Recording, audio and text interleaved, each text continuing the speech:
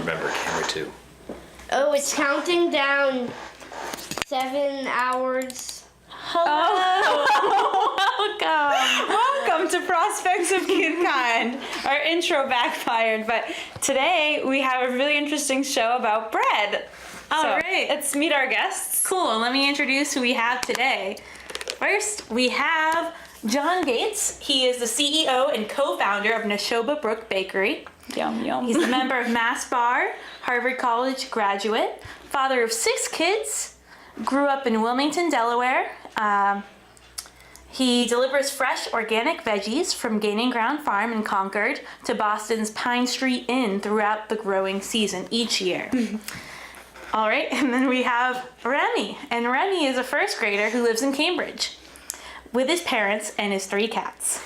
He loves reading, board games, programming, and hanging from the handle straps on the tee. Right now, he's in the middle of reading The Boy Who Knew Everything. Thank you guys for being here. It's awesome. Cool. All right, should we get started? Okay. Our first question will be, and Remy, maybe you want to go first. I'm wondering about the difference between local and mass-produced bread. Mass not meaning Massachusetts, meaning just mass-produced bread. And perhaps maybe why can't a robot make the same kind of bread that a human can make? What do you think? Or can they? Second thing you said first. The second thing I said? Why can't a robot make good bread? Yes. Yeah, that's great. Yeah.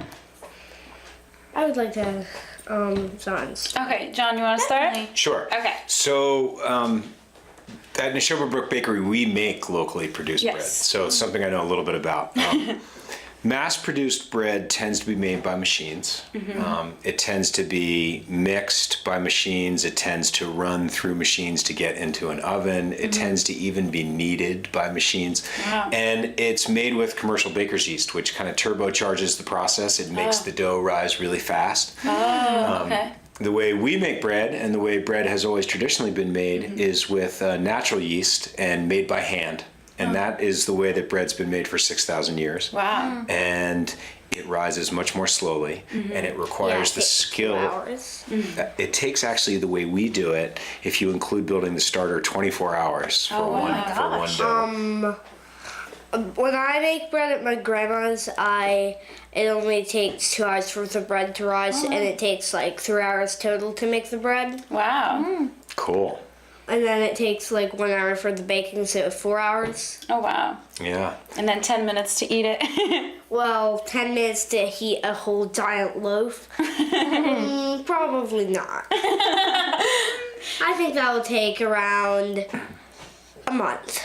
Oh. Less. Not a month.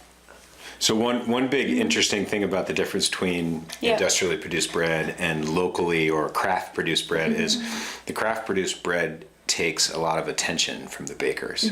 You can't just automate it. You can't let that sort of robotic process take place because you'll lose control of it and it won't come out good. It takes the attention and careful planning and care of a baker to make it come out right. Interesting. Nice. So you don't think a robot could make bread like a human can? I think a robot can make bread, and I think automation exists in the bread industry, but it's not going to be as good bread as if tasty. good humans make it. Yeah. Interested human bakers make it. Yeah. Why do you think that? Well, because in our world at the bakery, we have guys that make it, touch it with their hands, and who take a lot of care and pay a lot of attention every day to how it's going in order for it to come out good. And I know that when they're not paying attention and when they try to just do it according to a formula or by watching their watch on their wrist and seeing how much time each step takes, it often doesn't come out good. Like it might say to do it for 2 minutes or 3 minutes, looking on their watch every I don't think that's as accurate as just doing it for 3 minutes and like having a stopwatch or something that beeps. Yeah, that's an It's interesting more idea. accurate. Although, Remy, what it really is that when the temperature is hot, and it's humid outside, the dough rises faster. Oh. And when it's cold and it's Interesting. dry, Yeah. the dough rises more slowly. And so if you're not paying attention and it's hot and humid one day, the dough can rise really fast, and all of a sudden it rises too much, it'll fall. Yeah. And then the bread comes out more like flatbread, and it's not Yeah. really very good. So Remy, do you think that a robot can make equally good bread like a human can? I think it can, but it's not as likely. Interesting. Cool. Okay. I don't think a robot can make bread like a human can. As bread lovers. Yeah. I know, I don't know. It's tough because, maybe if you could program something to be able to tell the changes in the temperature, but even still, Yeah. there's something about, a person who's making it that really has, everyone has their own style too, and I think you can't really program style. It's true. Yeah, you can't program a robot to have personality or something. Or taste. What if it puts the wrong thing? Let's say normally where the sugar is, there's salt, but the robot always takes the left item and puts a bunch of sugar in or salt in instead, and then it tastes bad and has no idea, and then you're selling all this weird sugar salt bread. Yeah, that's true. I don't know. I that would would be worry weird. about that. That would 'cause be weird. Robots don't have Salt good bread. taste it. buds. I don't know. Okay. Can you program one to have a taste bud? I don't. What do you think? It's to have it have little teeth or something, and then to be able to have it taste, and it it lights up or something if don't know. the bread isn't good. Maybe you can program that as your next project. Let us know how it goes. Not that kind of program. I like to program games and things. I don't think I could. I think programming a robot like that would take 2 or 3 years. Definitely. So, not to switch the subject from robots programming games, but, Robot programming a game. do you think that could Program a happen? robot to program. Do you think that could happen? I think that would be pretty hard because you don't know what it would do, because it could basically just do all sorts of weird things and accidentally program a robot to bomb a city or something. Yikes. Yikes. Yeah. We don't want Kinda- that. You don't Yeah, know we what. wouldn't want that to happen, would we? So, but what I was going to say was that, people think of bread as being something that can be produced by robots or in Yeah. an industrial way. But actually good bread can't be made that way. It really can't. It just really can't. And it's a lot like a restaurant where if you have a really automated process, you're going to end up, sorry McDonald's, but with something like McDonald's, where if you have a chef who really cares about the outcome and really pours their soul and their passion and their artistry into the food, then you get people who go crazy for it and will tell you how great it is. And bread's the same way. You really need to pay that artistic attention to it to have it come out Interesting. great. What do you think about that, Remy? I think that is true. Right Cool. on. All right. Maybe we'll move on to the next question. Okay, so how will we feed everyone in the future with overpopulation? Will good food become a thing of the past? Will we have to eat each other? What do you think? Ryan? I don't think we'll necessarily have to eat each other unless someone goes crazy and starts seeing people as chickens, like in a movie I was watching happen. where someone was getting really hungry and they saw someone else as a chicken. Wow, it sounds like a scary movie. Yeah. It wasn't actually scary. It was just that guy was having weird visions. A little bit. But so if we run out of space on the planet to grow food, or there's just not enough to let everyone eat, what's gonna happen? What should we do? The thing I think that I think of fastest is just going to another solar system or something and having a rocket powered on materials that naturally form in space that you could where it can just power itself and try to find a new planet that has oxygen. Cool idea. That's a really good point. What do you idea. think's gonna happen? So before we get to that point, hopefully we'll figure out some ways to grow food on this planet, even though there might not be great land left or a great climate. And one of the ways that I've heard people talk about that is actually happening right now is growing food in warehouses. So in places like Brooklyn, they grow food inside warehouses, and they grow it vertically. So they can grow way up into the second, third, and fourth, fifth story. Without actually having to consume much place. That was something I was thinking of just having like a skyscraper, like a supermarket that's like a skyscraper. Yeah. Great idea. Yeah, I took my daughters to Disney World. That's true, I did. and in Disney World, in Epcot Center, they have a demonstration there of the way you can grow food even without soil. Oh my god. Which is really interesting to think about. So they put the nutrients for the plants in the kind of water-based system that the plants are growing in. Wow. Yeah. Was that this year? Last year. Okay. So Yeah. there's really, can all plants be grown this way, or is it just certain plants that, I guess all plants need the same nutrients in a sense? Pretend to be an expert, but Yeah, I do think that any some plant can plants- grow in water. Wow. Are you sure that any plant, but not any plant, every plant can grow in soil? Because when my grandma she had a spider plant, and she took it out of the water and into the soil, and it just wilted. It was really bad for the plant, so she put it back in the water. Yeah, it's cool to imagine though that the future of just no more farms consolidated into these skyscrapers, and that's crazy. Yeah. That's really crazy to Be a think cool about. place to walk around. Upstairs, what about having a farm just and then had like a weird, really strong layer, and then like a barn on top of a barn or something? Yeah, or if we all had our own farm Elevated above our house or something. or elevating everything so it had, like pillars on the side of a farm and putting another farm above a farm. I don't know how that would work. Farms on farms. Yeah, that's interesting.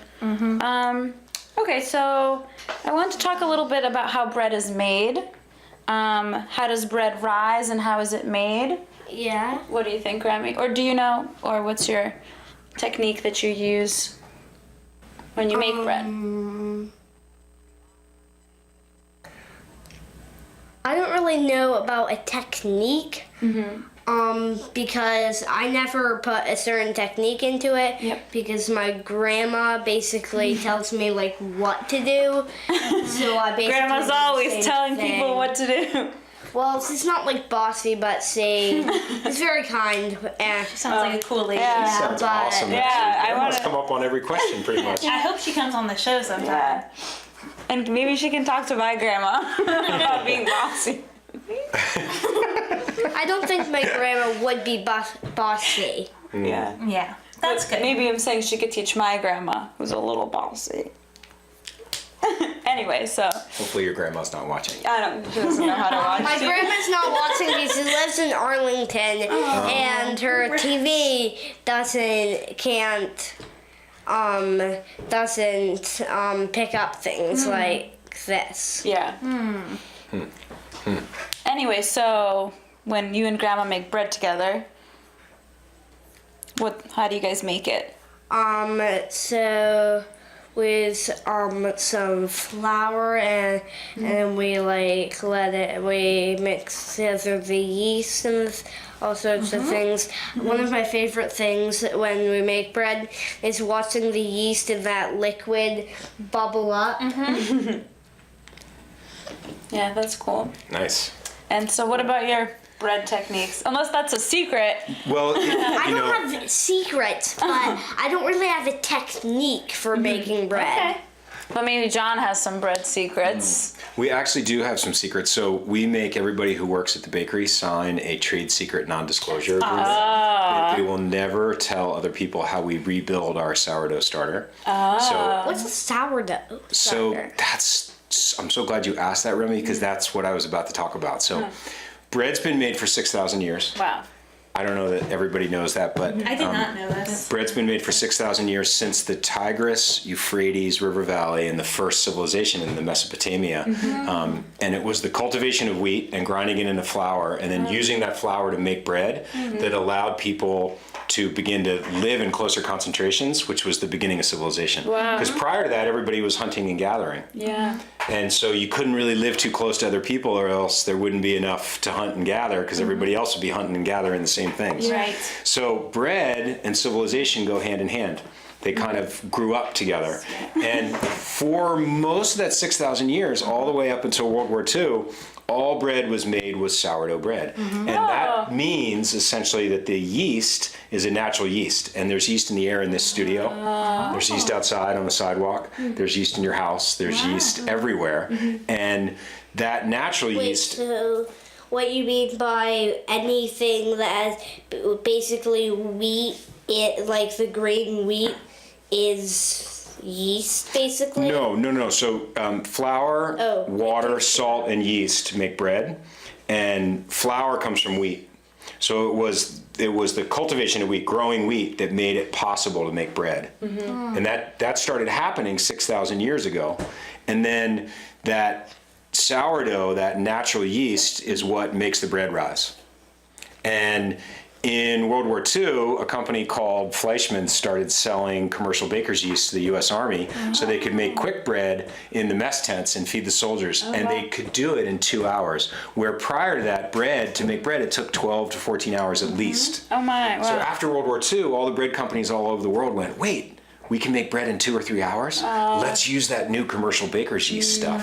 And everybody let go of their old world sourdough cultures. Now, we still make it in that old world way. And I don't mean to talk, but it turns out that making bread in that original way, in the long, slow leavening, is essentially a fermented food. It allows time for the enzymes in the yeast to break down the complex carbohydrate in the wheat flour. Is it any way, do you know if it's any way better? Yes, good question. So it's tastier. Yeah, why are we wasting time? It releases flavonoids in the dough, and so it makes it tastier. That's why people call it sourdough. It has more flavor, and It's not sour. It is more nutritious because it unlocks the nutrition in the whole wheat flour and allows your body. It makes it what people call bioavailable to your body. Not that there's a lock on these. And maybe most importantly, flour. I know, right? It's interesting, but most importantly, it's easy to digest. And we live in a world where everybody, or a lot of people, are gluten sensitive. Yeah. And gluten sensitivity, it turns out, is Like a really new highly thing correlated. because of us. Yeah. It happens with the commercial baker's yeast. So with the long, slow leaven sourdough, there's a lot of research out there, a lot of science about how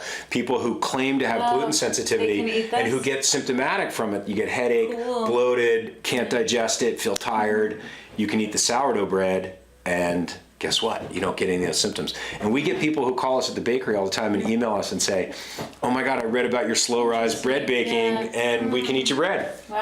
That's awesome. We often think that celiac is a glucose situation. Interesting. Not really. I just think eat- you. I think eat she a lot does. of bread. She eats a Yeah. lot of bread and drinks a lot of beer. There you go. We got to get And you then hooked on the she doesn't Nashoba feel bread. good. There you go. I do love And her bread. name Awesome. is Awesome. Celia, so it's like celiac.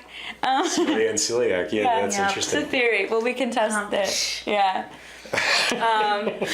Cool. Okay, so maybe we can talk a little bit about kneading techniques. Yeah. Yeah, Remy, Like you've got Dad some. does it my cats always. Maybe you can like show us in the air with your hands. Like they need. They can't see it. Raise your hands up. Like Above. they need the Dad, and like Dad does it the same way as he just like he screws it like that. Yeah. And my grandma says it's better for the dough my mom says it's better for the dough for it to squish it and fold it. Oh, can you show them the squish and fold?